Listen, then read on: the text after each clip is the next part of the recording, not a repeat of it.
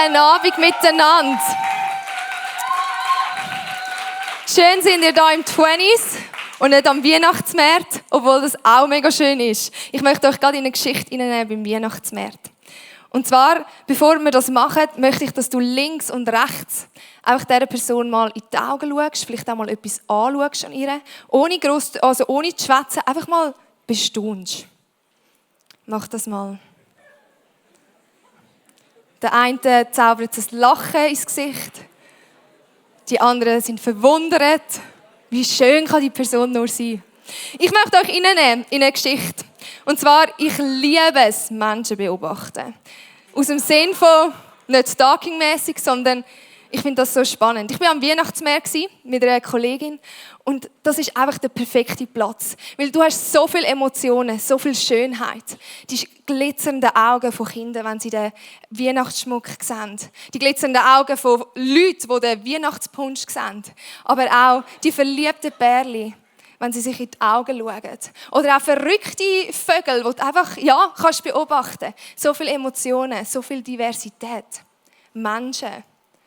Und wir alle in diesen 8 Milliarden Menschen sind verschieden. Verschiedenartig schön, verschiedenartig begabt und das fasziniert mich. Ich liebe es. Der Marco muss manchmal sagen, jetzt hör auf so starren. Aber ich bin einfach so fasziniert. Und Menschen. Das Erste, was wir lesen, wenn wir in der Bibel lesen, wo der Mensch vorkommt, ist folgender Vers. Und Gott sprach, lasst uns Menschen machen in unserem Bild, uns ähnlich. Habt ihr euch eigentlich schon mal gefragt, ja, wieso denn? Wieso hat Gott den Menschen geschaffen? Wir lesen vorher nichts, wir lesen, dass Gott die Erde schafft und wir lesen direkt nach diesen Versen auch nicht genau, wieso. Wieso hat Gott den Menschen geschaffen? Und ich weiss nicht, wie du das amigs siehst, aber vielleicht hast du manchmal auch die Frage, wieso hat Gott Menschen geschaffen? Vielleicht auch, wieso hat Gott mich geschaffen? Was ist so Besonderes? Was ist der Sinn von meinem Leben? Was ist der Sinn in dieser Situation, wo ich jetzt gerade bin? Wieso muss ich dort hinein sein? Ich möchte dir etwas erzählen über das Wesen von Gott. Gott ist nicht abhängig von jemandem. Er hat alles in sich. Er hat die ganze Fülle, ist in ihm. Die Trinität Gottes, Vater, Sohn, Heiliger Geist. Dort ist die vollkommene Liebe, die vollkommene Treue, die perfekte Harmonie. Er braucht nichts und er braucht auch niemanden. Wenn wir davon ausgehen, Gott hat den Menschen geschaffen, weil er einsam war. Gott hat den Menschen geschaffen, weil er jemanden gebraucht hat. Dann gehen wir von einer Fehlinterpretation aus. Weil das würde ja bedeuten, Gott würde es an etwas mangeln. Gott ist nicht auf uns angewiesen. Gott hat auch nicht die Gemeinschaft von uns gebraucht. Und trotzdem hat er uns Menschen geschaffen. Trotzdem hat er im Lieb oder schon vorher gesagt, hey, diese Person beim Namen, die möchte ich hier auf dieser Welt haben. Eine Antwort auf die Frage, wieso hat Gott den Menschen geschaffen, ist folgende. Gott hat den Menschen geschaffen zu seiner Verherrlichung und zu seiner Ehre. Es klingt vielleicht ein bisschen komisch, also es ist ja ein bisschen eigennützig und ein bisschen arrogant, sich da zur Ehre zu nehmen oder das zu machen. Aber wir sind geschaffen, nicht um unseren Willen, sondern weil Gott uns hat wollen. Ein bisschen besser verstehen wir das vielleicht, indem wir das Bild anschauen vom Maler. Ein Maler malt sein Gemälde nicht, weil er muss, sondern aus freiem Willen. So ein alter Papi, der so das Bild malt. Ein wunderschönes Bild. Und aus freiem Wunsch, aus freiem Willen malt er das. Und er hat Freude daran. Und das Gemälde bildet immer den Maler ab. Es zeigt etwas von dem Maler jederzeit. Und so sind wir Menschen auch ein Abbild von unserem Schöpfer. Das Geschöpf bildet den Schöpfer ab. Und darum, jedes Mal, wenn du einem Menschen in die Augen schauen kannst, siehst du etwas. Siehst du ein Abbild von einem Gott. Siehst du den Ausdruck von seiner Herrlichkeit. Siehst du den Ausdruck von seiner Kreativität. Siehst du den Ausdruck von Leidenschaft, von Liebe, von Herrlichkeit.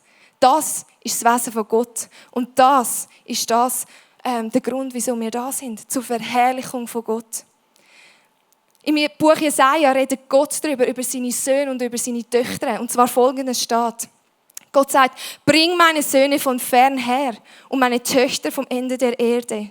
Jeden, der mit meinem Namen genannt ist und den ich zu meiner Ehre geschaffen, den ich gebildet, ja gemacht habe.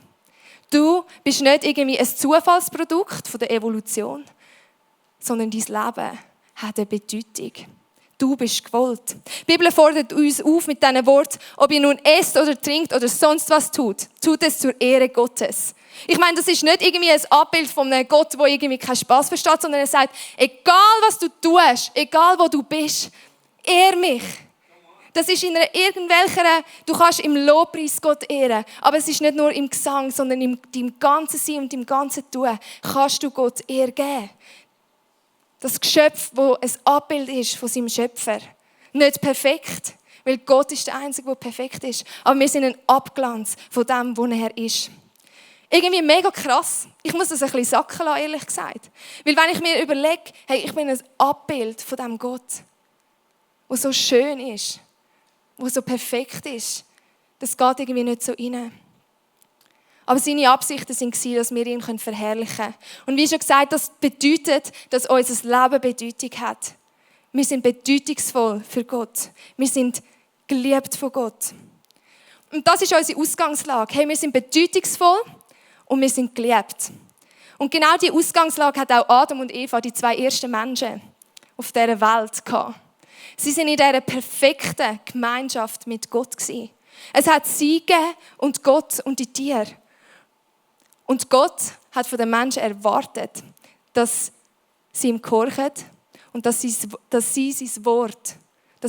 seinem Wort vertrauen, als absolute Wahrheit annehmen. Und vielleicht kennt ihr die Story vom Sündenfall, aber es hat einen gegeben, den Teufel, den gefallenen Engel, der da etwas dazwischen bringen wollte. Und der Satan hat das gewusst und hat versucht, den Glauben an Gott und den Glauben an sein Wort zu zerstören, zu verwirren und Unglauben zu streuen. Was bedeutet Unglauben? Unglauben bedeutet zu zweifeln, dass Gott wirklich das meint, wie er sagt und was er sagt. Und das führt uns zu einer dieser primären ersten Sünden vom Menschen. Der Unglauben gegenüber Gottes Wort. Kennst du das? Zweifelst manchmal auch, hat das Gott wirklich gesagt? Meint er das genau so, wie es da in der Bibel steht? Oder kann ich doch noch etwas von mir hinzufügen? Meint Gott wirklich das? Und das führt uns immer wieder zu diesem Punkt, zu diesen Ursünden. Hey, meint Gott wirklich das, was er sagt über Gericht? Meint er das wirklich über Sünde, über Tod, über Liebe, über Gerechtigkeit, über Vergebung? Meint er das so? Die beharrlichste Lüge, bin ich überzeugt vom Teufel, ist, dass er sagt, dass die Entscheidung für die Sünde und die Entscheidung für die Rebellion gegen Gott nicht unmittelbar zum Tod führt. Ich lasse das mal so sacken, du kannst ein bisschen überlegen. Und der Adam und Eva haben dem Wort mehr geglaubt vom Teufel wie Gottes Wort. Sie haben zweifelt, sie haben dem Zweifel Raum gelassen. Und wir lesen, dass sie die Frucht vom Baum gegessen haben. Und du musst dir vorstellen, ein Gott, der vollkommen ist, kein Makel, kein Anteil von Sünde. Er vertreibt keine Sünde um sich herum in seiner Nähe.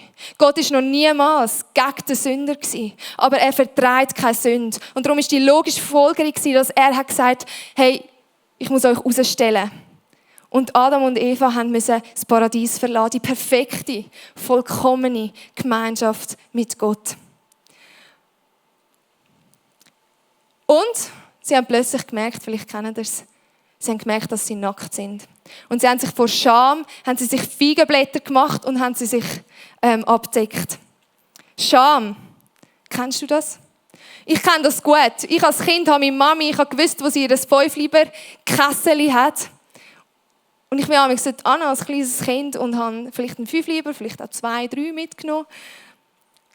Und das ist vielleicht etwas Kleines, aber ich habe immer wieder gemerkt, hey, Scham lässt mich nicht mit den Augen von meiner Mami schauen. Weil irgendwie, ob sie es gemerkt hat oder nicht, ich habe gewusst, das ist jetzt nicht richtig gewesen. Meine Mama ist grosszügig, sie gibt mir immer wieder. Aber ich habe es genommen, ohne dass sie es gesagt hat. Scham tut uns immer wieder den Blick abwenden von dem, was uns liebt. Scham lässt uns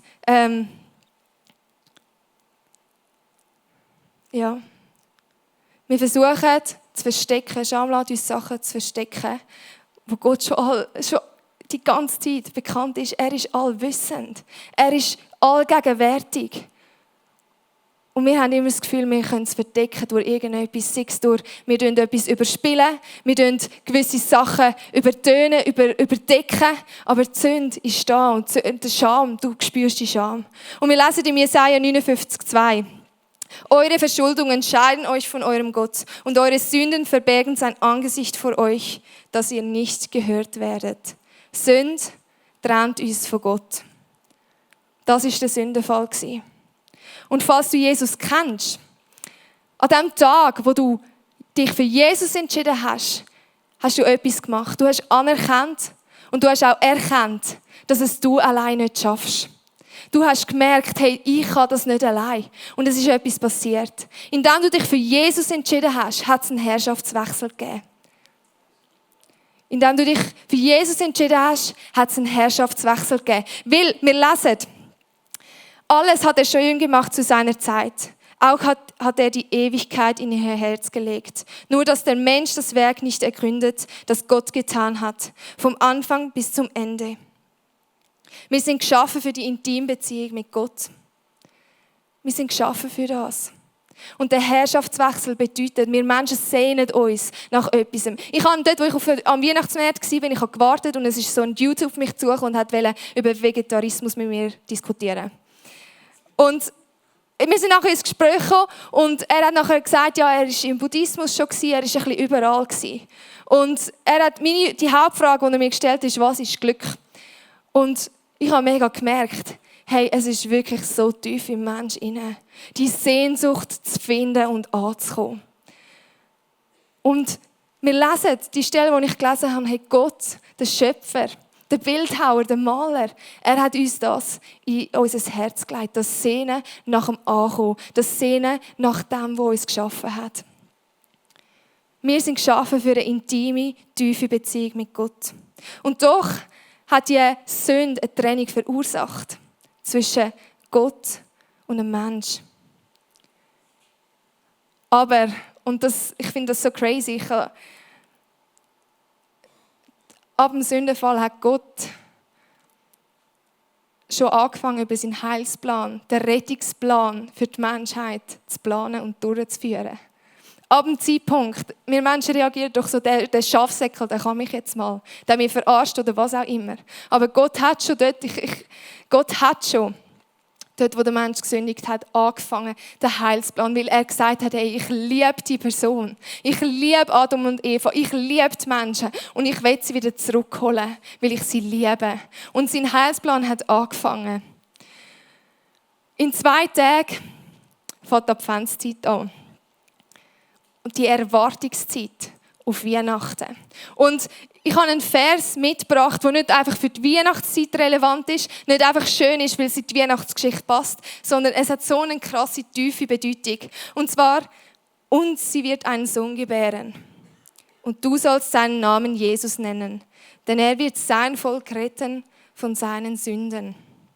Und du sollst seinen Namen Jesus nennen. Wer sagt das? Der Engel ist zum Josef gekommen und hat gesagt, hey, Gott möchte, dass du das Bübli, das auf die Welt kommt, Jesus nennst. Gott höchstpersönlich hat Jesus den Namen gegeben. Und wenn wir schauen im hebräischen Urtext, ihr seht da hinten, für die Hebräisch können, voilà, ich habe geübt, das heisst Jehoshua. Ist das richtig? Oh, da kommen die Däume, super. Und das bedeutet, Gott rettet. Gott hat, indem er Jesus getauft hat mit seinem Namen, etwas Krasses gemacht. Und zwar ist mit der Geburt von Jesus sein Auftrag schon klar gewesen, die Menschheit zu retten. Und auf das hin ist Jesus auf die Welt gekommen, weil Gott einen Plan hatte, einen Heilsplan. Jesus soll die Menschheit von seinen Sünden retten. Denn euch ist heute ein Retter geboren, der ist Christus, der Herr in Davids Stadt. Wenn wir die Bibel anschauen, das Alte Testament, dann sehen wir, dass der Heilsplan Gottes viele Retter beinhaltet hat. Es hat Retter beinhaltet, wie zum Beispiel ein Josua. Ein Josua hat das Volk Israel, das unter der Macht von Ägypten war, und sie sind nachher raus in die Wüste. Vielleicht kennt ihr die Geschichte. Hat er das Volk in das verheißene Land Kanaan gebracht. Ein Gideon, der militärisch so einen krassen Sieg hat erreichen mit so wenig Leuten gegen ein riesen Heer. Er war ein Held, er war ein Retter für das Volk. Ein David, der so krasse Sachen für das Volk Israel gemacht hat. Und das Volk Israel, wir wissen, das war Gottes Volk. Gott hat mit diesem Volk einen Plan gehabt. Er hat gesagt, ich bin für das Volk und ich liebe das Volk. Und wenn du heute am Abend da hockst, möchte ich dir sagen, du bist Gottes Volk. Gott hat sich für dich entschieden. Und all die Helden durch die Bibel, die sind zwar vielleicht fähig gewesen, für ein Zeitchen die Israeliten zu retten. Vielleicht für ein Zeitchen sie rauszuholen aus dieser Gefangenschaft. Aber keiner war fähig gewesen. Nicht möglich gewesen, die Menschheit für immer zu retten. Keiner war fähig gewesen, sie nicht nur aus physischen Gewalten, sondern wirklich aus allen Gewalten rauszureissen. Und darum hat einer allein den Namen verdient vom Retter, und zwar Jesus. Weil wir lesen oder wir schauen weiter. Die Juden haben einen Retter erwartet. Wir müssen wissen, die Juden damals, wenn du wirklich ein Jude bist und Gott, wenn du Ehrfurcht vor Gott gehabt hast, oder auch wenn du keine Ehrfurcht gehabt hast, es ist einfach tief in deiner DNA inne gewesen, du hast einen Retter, einen Messias erwartet. Und sie haben die 5 Bücher von Mose gehabt. Und sie haben gewusst, im 3. Mose steht ganz klar, wie man opfern muss, um die Sünden für ein Zeitchen zu verdecken, dass Gott ihnen gnädig war. Dann war das unglaublich bewusst gewesen. Sie haben geopfert und dann war es wieder gut gewesen. Und dann haben sie wieder ein Lämmchen schlachten und wieder nach diesem Prozess. Und es war einfach immer gewesen, hey, wann hört doch das mal auf? Wann kommt der Messias? Aber sie haben geglaubt, wann kommt der Messias, der uns aus den römischen Machenschaften erlöst? Die Juden sind unterdrückt worden vom Römerreich. Aber es ist nur einer fähig. Und der ist an Weihnachten geboren. Nicht nur physisch zu erretten, nicht nur physisch zu retten, sondern vollkommen. Die ganze Seele, der ganze Mensch zu erlösen von der Sünde. Fertig zu machen, dass nur noch ein Opfer nötig ist. Ich komme nachher noch drauf. Zur Zeit vom Neuen Testament, dort wo Jesus gelebt hat und noch weiter, sind Sklavenmärkte Trend gewesen. Ich meine, dort hast du deine Diener geholt, hast du deine Hausmänner, die dir alles gemacht haben, geholt. Menschen haben kein Recht gehabt, Menschen sind gefangen gewesen, sind geschlagen worden. Und du hast sie für einen Preis erkauft. Du bist zu diesem Markt gegangen und hast gesagt, der will ich. Und du hast kein Recht gehabt, keine Chance, um dich zu wehren. Und dass du überhaupt aus dieser Sklaverei rauskommst, aus dem raus, vergiss es. Und bist in einer Familie von Sklaven geboren, dann war es nochmal anders gewesen, dann hast du es ganz vergessen. Und jetzt musst du dir vorstellen, kommt einer, zahlt den Preis für dich und sagt nachher, schaut dir in die Augen und sagt, hey, ich habe dich freigekauft, du darfst gehen. Das ist unvorstellbar. Wieso macht man so etwas? Es macht gar keinen Sinn. Aber genau das hat Jesus auch gemacht für uns. Er hat einen hohen Preis gezahlt. Jesus selber hat nachher geantwortet. Jesus antwortete ihnen, der Jünger und der Menschenmasse: Wahrlich, wahrlich, ich sage euch, jeder, der die Sünde tut, ist der Sünde Sklave. Der Sklave aber bleibt nicht für immer im Haus. Der Sohn bleibt für immer. Wenn nun der Sohn euch frei machen wird, so werdet ihr wirklich frei sein. Nicht der Sklave bleibt für immer im Haus, sondern der Sohn. Was ist der Unterschied? Ein Sohn gehört zu der Familie, ein Sklave nicht. Sünde tut uns versklaven. Dort, wo du geboren worden bist, bist du automatisch Sünder gewesen. Du kannst gar nichts dafür. Das ist einfach, ja. Jesus ist noch nicht gekommen. Aber, es gibt Good News. Und zwar, Sünde trennt dich von Gott. Und wir haben das Gräbli gesehen. Vielleicht können wir das nochmal schnell anschauen. Es macht eine Trennung zwischen Gott und Kluft. Und du bist heute am Abend vielleicht da. Oder nein, du bist da. Und du kennst Sünde. Du kennst Sünde. Und vielleicht kennst du Jesus schon lange. Und vielleicht kennst du die Story von Jesus. Gott hat Menschen geschaffen, Jesus ist gekommen. Ich kenne sie auch. Ich habe mit 4, ich bin eine Predigerstochter. Ich kenne die Geschichten in- und auswendig. Ich bin in der Sonntagsschule. Ich habe die Heimgeschichten gehört. Ich kenne es. Und doch habe ich mich mit 4 für Jesus entschieden. Ganz selbstständig. Ich bin im Auto gehockt mit meinen Eltern und ich habe Musik gehört. Es war so eine Daniel Kalauch-CD, so ein deutscher Sänger, der Kinderlieder geschrieben hat. Und ich bin so plötzlich überwältigt worden von dieser Liebe von Gott. Du hast mich nicht fragen, was hat mich erfüllt, sondern ich habe gewusst, das ist Jesus, ich konnte es beim Namen nennen. Und ich habe gesagt, Mami, halt an, ich möchte Jesus in mein Leben einladen. Und du kannst nicht sagen, ich meine, ich bin jetzt 24, 20 Jahre später. Es ist die Entscheidung in meinem Leben, die verhebt. Alles andere kann vielleicht länger dauern, aber ich weiss, egal wo ich hingehe, die Entscheidung verhebt. Ich weiss seitdem, hey, ich bin eine Tochter, geliebt von Jesus. Und ja, ich sünde, ja, ich bin kein Unschuldslamm. Aber ich weiss, da ist ein Vater, der erwartungsvoll auf mich wartet. Ich habe einen Freund, den Heiligen Geist, der mich führt in alle Wahrheit. Ich durfte erleben, was es heisst, heilig zu erleben, im Herz und körperlich. Ich durfte erleben durch schwierige Situationen in der Schule oder beim Arbeiten. Egal, ob ich jetzt die Gunst der Menschen habe oder nicht. Ich bin geliebt und ich bin bedeutungsvoll. Und ich stehe heute da oben nicht, weil ich irgendwie mehr zu sagen habe als ihr, aber ich stehe da oben als eine Zeugin und möchte euch einfach mitnehmen in das, dass Jesus gekommen ist auf die Welt. Eben, wie wir es gelesen haben an Weihnachten. Und ist gestorben an diesem Kreuz für unsere Sünden. Weißt du, wenn du dir vorstellst, du bist ein Sklave und du lebst in dem inne.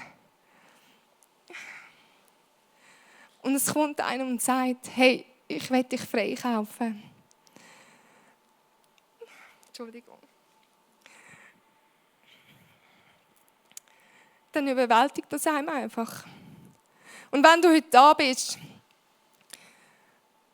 und du sagst, ja Kathrin, ich kann meine Vergangenheit nicht ändern. Die Sünden, die sind gefallen, ich bin ein Wrack. Dann sage ich dir, nein, ja, du kannst deine Vergangenheit nicht ändern. Aber du kannst deine Zukunft ändern, indem du dich entscheidest für Jesus. Den Herrschaftswechsel machst. Und in dem Innen, dass du dich entscheidest für Jesus, lädst du jemanden in dein Leben ein, der deine Vergangenheit ändert. Nicht in den Taten, aber in den Auswirkungen. Jesus hat an am Kreuz alles gezahlt. Es heisst, hey, er hat die Schläge für uns ertragen, die wir eigentlich verdient hätten.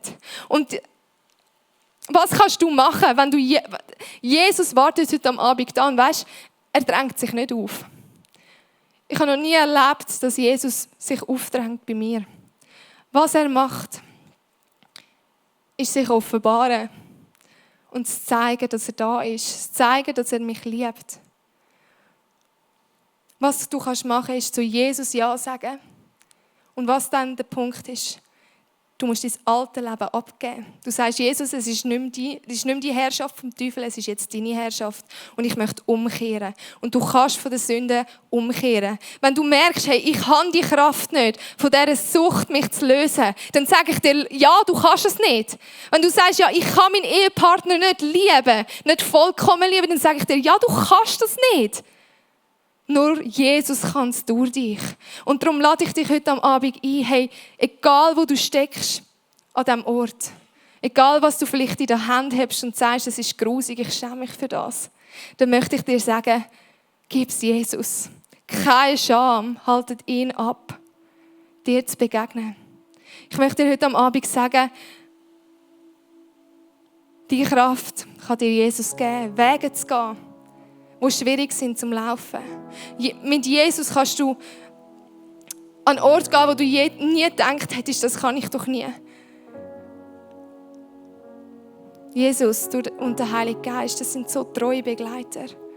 Der Heilige Geist führt uns in alle Freiheit. Er führt uns in alle Freiheit. Und ich liebe es, ich möchte heute sagen, wenn du Jesus schon lange kennst und sagst, ja, ich habe mich schon für Jesus entschieden, was will ich noch machen, dann möchte ich dir sagen, nimm die Korrektur vom Heiligen Geist an, wenn du merkst, er tippt auf etwas. Der Heilige Geist ist da, um uns zu zeigen, wer der Vater ist, zu zeigen, wer Jesus ist. Jesus hat gesagt, es ist gut, dass ich von dieser Welt gehe. Er ist auferstanden, übrigens. Nach seinem Tod. Und er hat zu den Jüngern gesagt, es ist gut, dass ich gehe. Weil dann gibt es Platz für den, der kommt nach mir.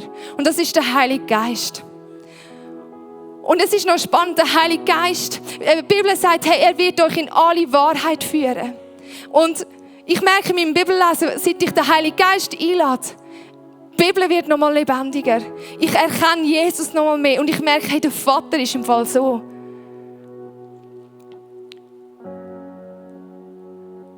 Du bist da und sitzt da als ein geliebtes Kind und es gibt eigentlich gar nicht mehr zu sagen. Ich wünsche dir, dass du den Gott, der vollkommen ist, der eben gesagt hat, hey, eigentlich, oder wo es ist, hey, er bräuchte den Menschen nicht. Eben, er ist ja vollkommen in sich. Und doch gibt er sein Allerliebste, seinen Sohn. Für seinen Mensch, für sein Kind. Und nicht nur das, eben, er zahlt den Preis. Jesus hat den Preis gezahlt von seinem Blut, dass er uns gewinnen darf.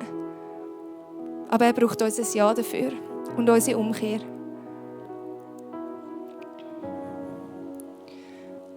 Gott aber beweist seine Liebe zu uns darin, dass Christus für uns gestorben ist, als wir noch Sünder waren. Jesus ist nicht gekommen, um von schlechten Menschen gute zu machen. Du kannst gerade mal, wenn du merkst, ich muss jetzt gute Taten machen, wenn ich Jesus will, vergiss das zuerst mal. Jesus ist nicht gekommen, um von schlechten Menschen gute zu machen, dass du dich gut verhaltest. Sondern was er gekommen ist von toten Menschen lebendige Menschen zu machen. Und die Lebendigkeit, die wirst du spüren, wenn Jesus Einzug in dein Leben nimmt. Wenn du bist tot, wenn du in der Sünde bist und Jesus nicht kennst, du bist tot. Biblisch gesehen. Und vielleicht fühlst du das. Fühlst du dich amigs tot. Aber dann möchte ich dir sagen, Jesus ist gekommen, um das Leben zu bringen.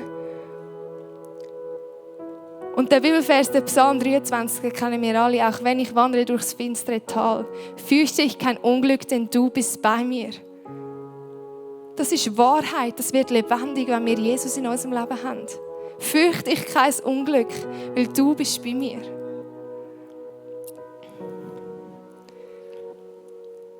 Gott aber erweist seine Liebe zu uns darin, dass Christus, als wir noch Sünder waren, für uns gestorben ist. Vielmehr nun, da wir jetzt durch sein Blut gerechtfertigt sind, werden wir durch ihn vom Zorn gerettet werden. Denn wenn wir, als wir Feinde waren, mit Gott versöhnt wurden durch den Tod seines Sohnes, so werden wir vielmehr, da wir versöhnt sind, durch sein Leben gerettet werden. Jesus ist der Retter von unserem Leben. Und vielleicht kennst du ihn schon oder kennst du ihn nicht. Wir werden jetzt einen Song hören, in ein Lied hineingehen, wo du sitzen darfst, bleib sitzen und lass einfach mal den Text auf dich wirken, er ist Deutsch.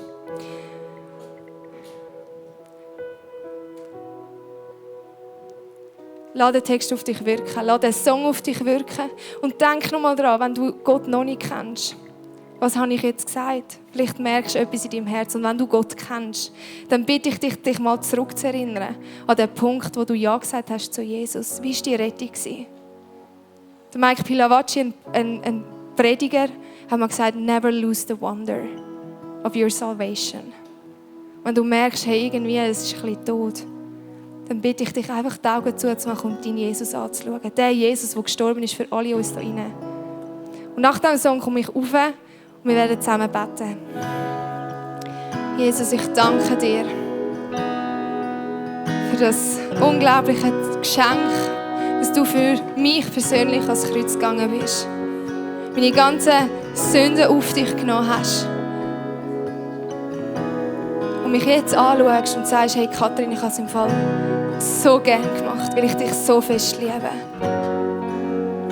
Jesus, ich danke dir, dass du keine Sekunde von meiner Seite weichst. Dass eine Zeit, wenn ich dich vielleicht nicht spüre, du nicht weg bist, sondern immer noch genau gleich nahe. Ich bitte dich, Jesus, um Augen, die dich anschauen dürfen in den schwersten Zeiten von meinem Leben. Ich bitte dich um Ohren, die trotzdem Gewirr um uns herum deine Stimme hören dürfen. Ich danke dir, Jesus, dass ich nicht die gleich wird bleiben, wenn ich mein Herz dir aufmache. Ich möchte mutig sein, Jesus, mein Leben nochmal komplett in deine Hände zu geben, weil ich weiss, es ist nicht spät. Ich habe heute nochmal die Chance, um zu dir zurückzukehren. Und Jesus, ich bitte dich, dass du heute in diesem Saal die Menschen an der Hand nimmst. Ich bitte dich, dass du diesen Menschen zeigst, die sich ungeliebt fühlen, vergessen gelassen fühlen, an den Rand gestellt fühlen, dass du genau auch für sie gekommen bist. Jesus, ich danke dir für das Vorbild, das du vorgelebt hast, bedingungslose Liebe zu leben. Ich liebe dich, Jesus. Und ich danke dir, Vater, dass du uns beim Namen nennst. Dass kein Kind dir verborgen ist. Ich danke dir, dass unsere Geschichte möge noch so schlimm sein. Ich danke dir, dass mit mir so viel Geheimnis wie möglich haben und wir so oft in der Dunkelheit leben. Du hast ein Ja für unser Leben. Und ich danke dir, Jesus, für jeden, der schon mal sein Leben dir übergeben hat, dass das gilt. Egal was komme.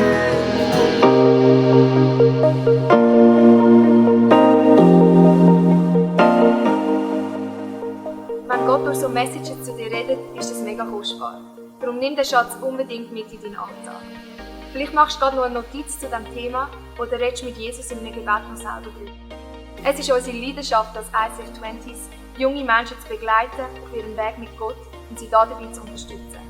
Hey, und wenn du den ICF 20s besser kennenlernen willst, dann komm doch vorbei. Wir treffen uns jeden Freitagabend in der Samsung Hall in Stettbach. Du findest uns natürlich auch online, auf Social Media wie Instagram, Facebook und Snapchat. Dort kannst du dich informieren über Smart Groups, Camps oder was sonst noch so läuft bei uns in der Kirche. Danke fürs Hineinklicken. Bis zum nächsten Mal.